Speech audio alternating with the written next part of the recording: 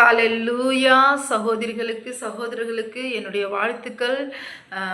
இந்த நாள் உங்களுக்கு நன்றாக இருக்கும். நீங்க செய்கிற வேலைகளில் கர்த்தர் பலனை கொடுப்பார் என்று நான் விசுவாசிக்கிறேன். உங்களுக்காக ஜெபித்து கொண்டு வருகிறேன். சகோதரிகள் அநேகர் இதை கேட்குறீங்க. சகோதரர்களுக்கும் இதை நீங்கள் தெரியப்படுத்துங்க. கர்த்தர் எனக்கு கொடுத்திருக்கிற அழைப்பே இதுதான். மகதலேனா மரியாளை பார்த்து ஆண்டவர் சொன்னார் இல்லையா, என் சகோதரர்களுக்கு நீ போய் சொல்லு, இதுதாங்க கடவுள் எனக்கு கொடுத்திருக்கிற அழைப்பு, என் சகோதரர்களுக்கு என்னை பற்றி சொல்லு அப்படின்னு சொல்லிட்டு கர்த்தர் அழகான ஒரு அழைப்பை எனக்கு கொடுத்திருக்காரு. அந்த அழைப்பின் நிமித்தமாக கர்த்தர் என்னை பயன்படுத்தி வருகிறாரு. நீங்களும் எனக்காக ஜெபித்து கொள்ளுங்க. நம்ம தொடர்ந்து அப்போஸ்தலர் நடபடிகள் புத்தகத்தை உற்சாகமாக படித்து கொண்டு வருகிறோம். அப்போஸ்தலர் 6ஆம் அதிகாரத்துக்கு நாம் வந்துவிட்டோம். அப்போஸ்தலர் 6ஆம் அதிகாரத்தில் 15 வசனங்கள் தான் இருக்குது. நம்ம தொடர்ந்து இதை தியானிக்கலாம். ஒரு நிமிடம் நாம் ஜெபித்து விட்டு தியானிப்போம். ஜெபம். பிதா குமாரன் பரிசுத்த ஆவியானவருக்கு மகிமை உண்டாவதாக. பூமியிலே நான் பரதேசி, உமது கற்பனைகளை எனக்கு மறையாதையும். பூமியிலே நான் பரதேசி, உமது கற்பனைகளை மறையாதையும். இயேசு கிறிஸ்துவின் வல்லமையுள்ள நாமத்தினால செபிக்கிற பிதாவே, ஆமேன். நசராகிய இயேசுவின் நாமம் மகிமைப்படுவதாக. நாம் அவருடைய பிள்ளைகள் இல்லையா? நாம் அல்ல, அவரே நம்மை தெரிந்து கொண்டபடியினால நம்ம எவ்வளவு பாக்கியவான்ன்றதை நம்ம தினந்தோறும் நினைத்து அவர் என்ன பண்ணணும்? துதிக்கணும். இப்போ அப்போஸ்தலர் நடபடிகள் படிக்கிறதுக்கு முன்னாடி 6ஆவது அதிகாரத்துக்கு நம்ம வந்துட்டோம். இப்போ பேதுரு யோவானை 2 டைம் சிறையில் போட்டாங்க. ஒரு டைம் மனுஷர்களுடைய கண்கள் ஆண்டவர் தயவு காட்டினாரு. 2வது டைம் கர்த்தருடைய தூதர்கள் சிறைச்சாலை என்ன பண்ணாங்க? திறக்காமலே அவர்களை வெளியே கொண்டு வந்துட்டாங்க. இதில் ஒரு ஆச்சரியமான விஷயம் பாருங்க. நம்மளுடைய சரீரம் கேட்டு திறக்காமலே வெளியே வந்திருக்கு. கதவு என்ன பண்ணிருக்கு? அப்படியே பத்திரமா பூட்டப்பட்டிருக்கு. யோசிச்சு பாருங்க. மறிக்காமலே மறுரூபமான தருணம் இது. ஏன்னா கர்த்தராகிய இயேசு கிறிஸ்து உயிரோடு எழுந்ததுக்கு பிற்பாடு பூட்டப்பட்ட அறையில் அவர் என்ன பண்ணார்? தரிசனம் கொடுத்தாரு. பாருங்க, 2 விதமான காரியங்கள் இதில் இருக்குது. இப்போ தெசலோனிக்கே பட்டணத்துக்கு பவுல் எழுதும் பொழுது மரித்தவர்கள் முதலாவது உயிரோடு எழுந்திருப்பாங்க. உயிரோடு இருக்கிற நாமும் என்ன பண்ணுவோம்? வானத்துக்கு எடுத்துக்கொள்ளப்படுவோம். மறுரூபமாக்கப்பட்டது. அப்படி என்றால் உயிரோடு இருக்கும் பொழுதே மறுரூபமான பேதுரு யோவான் என்ன பண்ணாங்க? சிறையிலிருந்து வெளியே வந்தார்கள். நீங்கள் அதை வாசித்து பார்க்கும்போது சிறைச்சாலை பூட்டப்பட்டிருந்தது.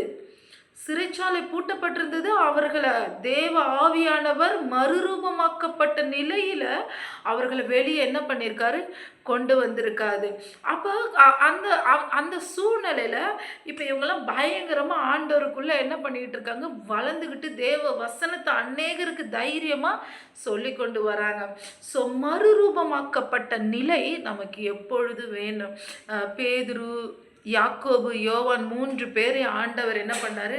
கொண்டு போய் மறுரூப மலையில், அப்படி சொல்லுவாங்க இல்லையா, அப்படியே மலையில் கொண்டு போய் அவர்களுக்கு முன்பாக அவர் என்ன பண்ணார்? மறுரூபமானார் இல்லையா? ஸோ மறுரூபமாக்கப்பட்ட நிலையில் நாம் வரணும் அப்படின்னு சொன்னால் தேவ ஆவியானவருக்குள்ளே நம்ம பலப்படணும். முதல்ல நம்பணும், விசுவாசிக்கணும். பூமிக்குரிய காரியங்கள் இது. பேதுரு யோவான் நம்மை போல பாடுள்ள மனுஷன். எலிசா நம்மை போல பாடுள்ள மனுஷன். சில பேர் தாழ்மை அப்படின்ற ஒரு மனநிலையில், ஐயோ மோசே மாதிரி நான் கிடையாது, பேதுரு அவங்களாம் எப்படிப்பட்டவங்க, அப்படி இப்படின்னு சொல்லுவோம். கர்த்தருக்கு பிரியமானவரே, இது பிசாசு நம்மை வஞ்சிக்கிற காரியம்.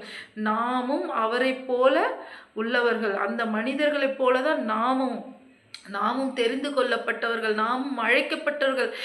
கர்த்தர் பட்சபாதம் இல்லாதவர். அவரை தேடுகிறவர்களுக்கு அவர் உண்மையுள்ளவர். நீங்கள் நம்பினாதான் நடக்கும். உன் விசுவாசத்தின்படி உனக்கு ஆக கடவுது இல்லையா? அப்போ நம்ம விசுவாசிக்க முதல்ல பழகுறோம். இப்போ நம்ம 6ஆவது அதிகாரத்தில் முதல் வசனத்தை நம்ம பார்க்குறோம் பாருங்கள். இது எப்படி தொடங்குது? அந்நாட்களில் சீஷர்கள் பெருகின போது கிரேக்கரானவர்கள் தங்கள் விதவைகள் அன்றாடக விசாரணையில் திட்டமாய் விசாரிக்கப்படவில்லை என்று எபிரேயருக்கு விரோதமாய் முறுமுறுத்தார்கள். இது ஒன்றும் இல்லை, சிம்பிளாக நான் உங்களுக்கு விளக்குறேன் பாருங்களேன். இந்த கிரேக்கர்கள் என்னன்னா விதவைகளை வந்து மரியாதை கொடுக்குறவங்க. அவங்களுடைய கோட்பாடுகள் கொஞ்சம் வித்தியாசமா இருந்தாலும், ஆனா இப்ப வந்து இவங்க வந்து யாருன்னா, கிரேக்கர்லேருந்து யூத மார்க்கத்தில, அதாவது கிறிஸ்துவை ஏற்றுக்கொண்டு தேவ சபையில இருக்கிற ஜனங்கள். பல தரப்பட்ட ஜனங்கள் இருக்கிறார்கள் இல்லையா? இந்த கிரேக்கரானவர்களும் சீஷர்களும் கூட பெருகுறாங்க. அப்படி பெருகும்போது தங்களுடைய விதவைகள் வந்து விசாரிக்கப்படவில்லை என்று சொல்லி வேதனைப்படுறாங்க. இந்த கிரேக்கர்களுடைய பழக்கம் என்னன்னு பார்த்தீங்கன்னா, தங்களுடைய விதவைகளை வந்து அவங்களுடைய கணவர் மரித்து போனாங்களே, அந்த கணவர் வந்து கடவுள் என்றும், அந்த கடவுளுடைய மனைவி இவர்கள் என்றும் சொல்லி இவர்கள் என்ன பண்ணுறாங்க, மதித்து வந்தாங்க. ஸோ நம்ம தமிழ்நாட்டில் கூட என்ன விதவைகளை வந்து கொஞ்சம் தமிழ்நாடு மட்டும் இல்லை, நம்ம இந்தியாவில் கூட விதவைகளை என்ன பண்ணுறாங்க, கேவலமாக நடத்துகிற பழக்கம் உண்டு. அவங்கள பார்த்தா உடனே போய் தண்ணி குடிக்கிறது, அவங்கள பார்த்துட்டு போனால் எந்த வேலையும் ஒழுங்காக நடக்காதுன்னு நினைக்கிறது. சிலர் சண்டையில் கூட நான் பேசி பார்த்துருக்கேன். அப்படியே ஒரு கேவலமாக அவங்கள பேசுறது, அவங்க வந்து எது செஞ்சாலும் வந்து தவறான குற்றமான பார்வையில். அவங்க ஏற்கனவே எப்போவுமே அவங்க டீசெண்டாக நீட் அண்ட் டைடியாக இருந்திருப்பாங்க. அவங்க கணவர் இறந்ததுக்கப்புறம் அவங்க அதே செயலில் இருப்பாங்க. ஆனால் என்ன சொல்லுவாங்கன்னா, பாரு இந்த நிலைமையில இவளுக்கு இது தேவையா அப்படின்லாம் சொல்லுவாங்க. கர்த்தருக்கு பிரியமானவர்களே, தேவ பிள்ளைகளாகிய நாம ஒடுக்கப்பட்ட விதவைகளை நம்ம என்ன பண்ணணும், ஆசீர்வதிக்கணும். அவங்களுக்கு தேவைகளை நம்ம சந்திக்கணும். உங்கள் உங்கள் உங்கள் கூட உங்கள் சரௌண்டிங்கில் இருக்கிற விதவைகளை நீங்கள் விசாரிங்க. அவங்கள கேட்டு அவங்களுடைய தேவைகள் என்னென்னு நீங்கள் பேசுங்க. நன்மையான காரியங்களை அவங்களுக்கு கற்றுத்தரும்படிக்கு அவங்க வீடுகளை போய் என்ன பண்ணுங்கள், விசிட் பண்ணுங்கள். இப்போ இது சொன்னதும் இந்த எபிரேயர்களும் இப்படி தாங்க விதவைகளை, ஏன்னா நம்ம பழைய ஏற்பாட்டில் பார்க்க முடியும், விதவிகள் வீட்டை இவர்கள் கொள்ளையடித்தார்கள், விதவைகளின் நியாயத்தை விசாரிக்கவில்லை என்றெல்லாம் நம்ம பழைய ஏற்பாட்டில் பார்க்க முடியும். ஸோ விதவைகளை இவங்களுக்கும் மதிக்கிற பழக்கம். ஸோ இந்த விஷயத்தை வந்து என்ன பண்ணுறாங்க, மெயின் ப்ராப்ளமாக இப்போ இங்கே வைக்கிறாங்க. இப்போ இங்கே வச்சதும் அப்போ பாருங்கள் 2வது வசனம், அப்பொழுது 12 சீஷர் கூட்டத்தை வரவழைத்து, நாங்கள் தேவ வசனத்தை போதியாமல் பந்தி விசாரணை செய்வது தகுதி அல்ல. இப்போ சில பேருக்கு சபையில் வந்து என்ன பழக்கம்னா, எல்லா வேலையும் தானே செய்யணும், எல்லாத்துலேயும் நானே இருக்கணும். ஸோ இது தப்பு. உங்களுக்கு கூட்டத்தை நடத்த ஆண்டவர் கிருபை கொடுத்துருக்காங்களா, அதை நடத்துங்க. விசாரிக்க கிருபை கொடுத்துருக்காங்களா, அதை நடத்துங்க. அதே போல் உங்களுக்கு சபையில் ஒரு தொடப்பை எடுத்து பெருக்கக்கூடிய கிருபை கிடைச்சிருக்கு, அந்த கிருபையில் இருங்க. எல்லாத்துலேயும் நானே இருக்கணும்னு என்ன பண்ணக்கூடாது, ஓடக்கூடாது. ஸோ செய்யறதுக்கு நாம் வந்து வில்லிங்காக இருக்கணும். யாரும் செய்யாத வேலையை நீங்கள் எடுத்து செய்யுங்க. அதுக்காக பின்வாங்கி போகாதீங்க. நீங்கள் என்ன பண்ணணும், ஆலயத்தில் உங்களுக்கு கொடுக்கப்பட்ட சபைகளில் என்ன பண்ணணும், நம்மளுடைய வேலைகளை செய்யணும். ஆனால் எல்லாத்துலேயும் நம்மளுடைய டிசிஷனை என்ன பண்ணக்கூடாது, திணிக்கக்கூடாது. இல்லை அநேகர் கூடி ஆலோசனை பண்ணும்போது ஒரு நல்ல ஆலோசனை என்ன பண்ணப்படும், உறுதி பண்ணப்படும். ஸோ இப்போ பாருங்கள், ஆதலால் சகோதரரே, பரிசுத்த ஆவியும் ஞானமும் நிறைந்த நற்சாட்சி பெற்றிருக்கிற 7 பேரை உங்களில் தெரிந்து கொள்ளுங்கள், அவர்களை இந்த வேலைக்கு ஏற்படுத்துவோம். நாங்களோ ஜபம் பண்ணுவதிலும் தேவ வசனத்தை போதிக்கிற ஊழியத்திலும் இடைவிடாமல் தரித்திருப்போம் என்றார்கள். இல்லையா பாருங்கள், அவங்க 2 வேலை எடுத்திருக்காங்க, ஜபம் பண்ணுறது, தேவ வசனத்தை போதிக்கிறது. ஸோ அவங்க வேலையில் அவங்க என்ன பண்ணுறாங்க, ஸ்டேபிளாக இருக்காங்க. இதுக்காக 7 பேர் என்ன பண்ணுறாங்க, தெரிந்து கொள்கிறாங்க. பாருங்கள், இந்த 7 பேர் எப்படிப்பட்டவர்களாக இருக்கணுமா, பரிசுத்த ஆவி, ஞானம், நற்சாட்சி பெற்றவர்கள்.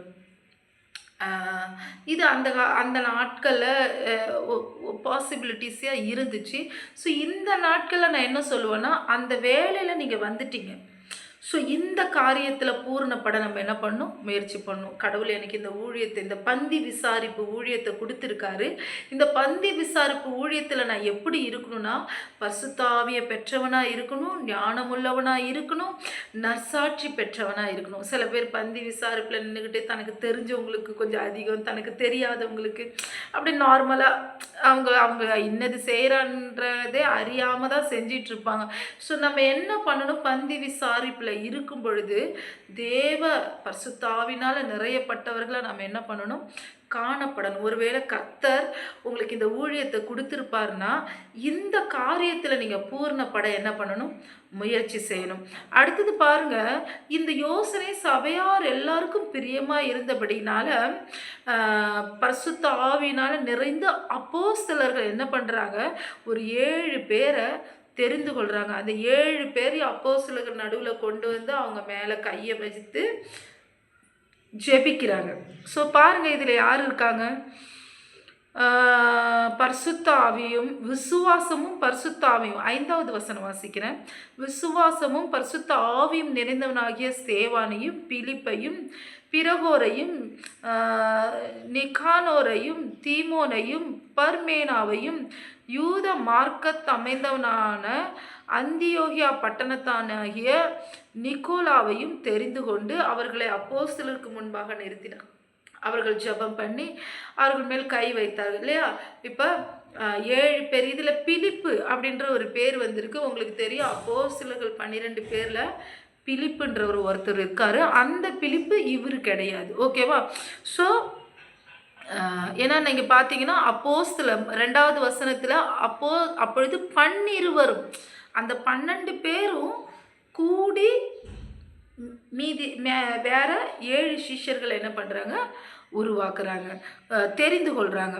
ஓகேவா. இப்போ வந்து தேவவசனம் விருத்தி அடைந்து சீஷருடைய தொகை எருசலேமில் மிகவும் பெருகிட்டு, நான் சொன்ன பார்த்தீங்களா, முதல்ல 3000, அதுக்கப்புறம் 5000, இப்போ மிகவும், இப்போ எண்ண முடியல, எண்ணற்ற ஜனங்கள் என்ன பண்ணிட்டாங்க, பெருகிட்டாங்க. பெருகும் பொழுது சேவான்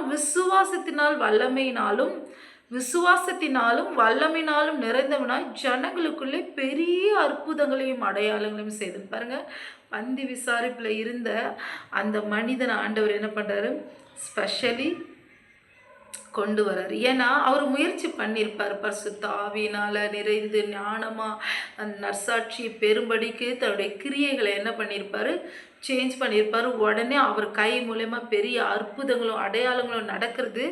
கர்த்தராகிய தேவன் என்ன பண்ணுறாரு, கிருபை செய்கிறாரு. இப்போ ஆண்டவருக்குள்ளே பெருகினோடனே சில பேர் எழும்புவாங்க இல்லையா. இப்போ பாருங்கள், எழும்புறாங்க. அப்பொழுது லிபர்த்தினர் எண்ணப்பட்டவர்களின் ஆலயத்தை சேர்ந்தவர்களிலும் சிரேனே பட்டணத்தாரிலும் அலெக்சாந்திரியா பட்டணத்தாரிலும் சிலிசியா நாட்டாரிலும் ஆசியா தேசத்தாரிலும் சிலர் எழும்பி ஸ்தேவானுடனே தர்க்கம் பண்ணினார்கள்.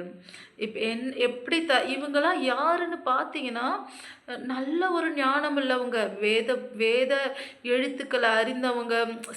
சில பேர் இருக்காங்க பார்த்தீங்களா, நிறைய புத்தகங்களை படிப்பாங்க, அதில் இருக்கிற ஞானத்தை வந்து புரிந்து கொள்றதுக்கு முயற்சி பண்ணுவாங்க.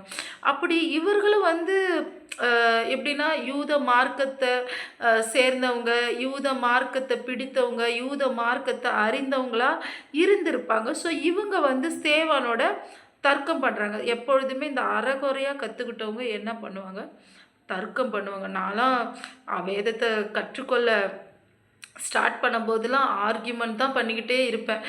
இல்லை இது எப்படி, இது அப்படி, இது இப்படி அப்படின்னு சொல்லிட்டு. ஆனால் பரிசுத்த ஆவியானவர் நிரம்பி தேவ வசனங்களை கற்றுக்கொள்ள அதோடைய வெளிப்பாடுகள் எனக்கு என்ன புரிய ஆரம்பிச்சுது இல்லையா. ஸோ அந்த மாதிரி இப்போ நம்ம புரிந்ததுக்கு அப்புறம் நம்ம வந்து பவுல் சொல்கிறாரு, உங்கள்கிட்ட கேட்குறவங்களுக்கு நீங்கள் என்ன பண்ணுங்கள், பொறுமையோடு அதை சொல்லி கொடுக்க முயற்சி பண்ணுங்கள். ஆர்கியூமெண்ட் பண்ண நீங்கள் வரவங்களாக இருந்தால் நானும் என் சபையும் அப்படிப்பட்டவங்க கிடையாதுன்னு என்ன சொல்கிறாரு, பவுல் சொல்கிறாரு. ஸோ அதையே நாமளே பின்பற்றுவோம். இப்போ பாருங்கள், 10வது வசனம், அவன் பேசின ஞானத்தையும் ஆவியையும் எதிர்த்து நிற்க அவர்களால் கூடாமற் போயிற்று. அப்போ எந்த அளவுக்கு அவன் தேவ ஆவியினால் நிரம்பி இருக்கிறான், தேவ ஆவியினால் வேத எழுத்துக்களை கற்று வைத்திருக்கான். பார்த்தீங்களா, அவன் பேசின ஞானம், அந்த ஞானத்துக்கு முன்பாக அந்த தேசத்தார் யாரும் அவருக்கு முன்பாக என்ன பண்ண முடியல, எதிர்த்து நிற்க அவர்களால் கூடாமற் போயிட்டு இல்லை. அப்படிப்பட்ட வேத அறிவு நமக்கு வேணும். வெளியே யாராவது 2 கேள்வி கேட்டுட்டா போதும், நம்ம என்ன பண்ணுவோம், வேத எழுத்துக்களை வந்து நம்மளால எடுத்து சொல்ல முடியாது. ஸோ பரிசுத்த ஆவியானவர், நம்ம நிறைய வேத வார்த்தைகளை ஜெபிக்கிறோம், படிக்கிறோம், நிறைய வார்த்தைகள் நமக்கு ஞாபகம் இருக்காது, நான் ஒத்துக்கொள்கிறேன். ஆனால் பரிசுத்த ஆவியானவர் உங்களுக்குள்ள வரும்பொழுது அந்த ஞானத்தை எடுத்து எடுத்து பேசுவார். ஒரு விஷயத்தை நீங்கள் புரிஞ்சுக்கணும், பரிசுத்த ஆவியானவருக்கு எல்லாம் தெரியும். ஆனால் வேத எழுத்துக்களை நீங்கள் உள்ள மனப்பாடம் பண்ணி வச்சிருந்தாதான் அந்த வார்த்தைகளை அவர் என்ன பண்ணுவார், எடுத்து பேசுவார். சில நேரத்தில் நான் கூட இப்படி பரிசுத்த ஆவியானுடைய வரம் நமக்கு கிடைச்சிருச்சுன்னா வேத வார்த்தைகளை அவரே எடுத்து பேசுவார். அப்படி ஒரு நாளும் கிடையாது. நீங்கள் படிக்கும் பொழுது அவர் என்ன பண்ணுறாருன்னா அதிலிருந்து எடுத்து உங்களுக்கு புரிய வைப்பார், பேச வைப்பார். ஸோ இந்த விஷயத்தை நம்ம என்ன பண்ணணும், தெளிவாக புரிந்து கொள்ளணும். இப்போ எதிர்த்து நிற்க முடியலையே, அப்பொழுது அவர்கள் மோசேக்கும் தேவனுக்கு விரோதமாக இவன் தூஷண வார்த்தைகளை பேச கேட்டோம் என்று சொல்லும்படியாக மனுஷரை ஏற்படுத்தி, எப்படி கிறிஸ்துவுக்கு விரோதமாக மனுஷரை ஏற்படுத்தினாங்க, பொய் சாட்சியை ஏற்படுத்தினாங்க, அதே போல தான் இங்கேயும் பொய் சாட்சிகளை ஏற்படுத்துகிறாங்க. பாருங்கள், 13வது வசனம் தெளிவாக சொல்லுது, பொய் சாட்சிகளையும் நிறுத்தினார்கள். இந்த மனுஷன் இந்த பரிசுத்த ஸ்தலத்துக்கும் வேத பிரமாணத்துக்கு விரோதமாக தூஷண வார்த்தைகளை ஓயாமல் பேசுகிறான். பாருங்க, அவங்க தெளிவாக சொல்கிறாங்க. பாருங்க, இந்த மனுஷன் இந்த பரிசுத்த ஸ்தலம் எருசலேமில் இருக்கிற சாலமனுடைய ஆலயத்துக்கு விரோதமாகவும் வேத பிரமாணத்துக்கு விரோதமாக, நான் சொன்ன பார்த்தீங்களா, இந்த மேலே இருக்கிற இந்த லிபர்த்தினர், இந்த சிறன், இவங்கெல்லாம் வேத வார்த்தைகளை தெரிந்தவங்க. ஸோ இவர் பேசுகிற இந்த ஞானத்தை அவங்களால சகிக்கவே முடியல. ஏன்னா இவங்க யார், பல்லுக்கு பல்லுன்னு படித்தவங்க, கண்ணுக்கு கண்ணு படித்தவங்க. இப்போ இவர் சொல்கிற இந்த மன்னிப்பு, கிறிஸ்து, மேசியா, இதெல்லாம் அவங்களால தாங்க முடியல. ஓகேவா? பாருங்க, 14வது வசனம், எப்படி என்றால் நசரனாகிய அந்த இயேசு இந்த ஸ்தலத்தை அழித்து போட்டு மோசே நமக்கு கொடுத்த முறைமைகளை மாற்றுவான் என்று இவன் சொல்ல கேட்டோம் என்றார்கள். பாருங்க, இவங்களால வேற குற்றமே கண்டுபிடிக்கவே முடியல, பரிசுத்தத்தை கொடுத்து குற்றம் கண்டுக்க முடியல. இந்த தப்பு செஞ்சாங்க, அந்த தப்பு செஞ்சாங்க, இந்த பாவம் பண்ணாங்க அப்படின்னு ஒரு சிலர் நம்ம கூடவே இருப்பாங்கங்க. அவங்களால நம்மளுடைய வழிகளை, நம்மளுடைய பரிசுத்தத்தை குறித்து குற்றம் பண்ண முடியாது. பொய்யான காரியங்களை என்ன பண்ணுவாங்க, நம்ம மேலே குற்றம் சாட்டுவாங்க. நம்ம செய்கிற நார்மலான விஷயத்தை கூட பெருசாக்கி நம்மளை என்ன பண்ணுவாங்க, குற்றப்படுத்துவாங்க. ஸோ 15வது வசனம் பாருங்கள், ஆலோசனை சங்கத்தில் உட்கார்ந்திருந்த அனைவரும் அவன் மேல் கண்ணோக்கமாக இருந்து அவன் முகம் தேவதூதன் முகம் போல் இருக்க கண்டார்கள். கர்த்தருக்கு பிரியமானவர்களே, இதை விட பெரிய விஷயம் வேற என்ன வேணும்? நம்மளுடைய முகம் தேவதூதன் முகம் போல காணப்படணும்னா தேவ ஆவியான ஞானமும் வேத எழுத்துக்களின் ஞானமும் நமக்கு என்ன வேணும்? பரிசுத்த ஆவியானவர் நமக்குள்ள வாசம் பண்ணும்பொழுது நம்ம முகத்தை பார்க்கும் பொழுது அவங்களுக்கு என்ன தோணணும்? தேவதூதனுடைய முகம் போல இருக்கிறது இல்லையா? ஸோ இந்த 6வது அதிகாரம் சிம்பிளாக பந்தி விசாரிப்பில் இருக்கிற அந்த ஸ்தேவானை எப்படி ஆண்டவர் எடுத்து பயன்படுத்தினார், அதற்கு விரோதமாக எழுப்பப்பட்ட ஜனங்கள் இல்லையா? இதை குறித்து நாம் படித்தோம். நான் விசுவாசிக்கிறேன் இந்த வார்த்தை உங்களுக்கு பிரயோஜனமாக இருந்திருக்குன்னு. கர்த்தருக்காக நம்ம சபையில் இருக்கோம். ஸோ சபையில் எந்த வேலை கொடுத்தாலும் பரிசுத்த ஆவியானவருக்கு உண்மையாக ஞானமாக நம்ம என்ன பண்ணணும், செயல்படணும். உங்களால் சபையில் எந்த பிரச்சனையும் உண்டானதுன்னு பேர் வரவே கூடாது. பொறுமையாக காத்துருங்க ஆவியானவருக்காக. அவர் எடுத்து உங்களை பயன்படுத்துவார். சரியான நேரத்தில் சரியான வார்த்தையை பேசும்படிக்கு உங்களை என்ன பண்ணுவார், பயன்படுத்துவார். நாம் ஜெபிப்போம். பிதா, குமாரன், பரிசுத்த ஆவியானவருக்கு மகிமை உண்டாவதாக. இந்த நாளில் கர்த்தர் செய்த பெரிய காரியங்களுக்காக நன்றி செலுத்துகிறோம். வேத எழுத்துக்களை கற்றுக்கொள்ளும்படிக்கு எங்கள் இருதயத்தை நீர் ஸ்திரப்படுத்தி நீர் நன்றி செலுத்துகிறோம். சகலத்தையும் இயேசு கிறிஸ்துவின் வல்லமையுள்ள நாமத்தினால் ஜெபிக்கிறோம் பிதாவே. ஆமென்.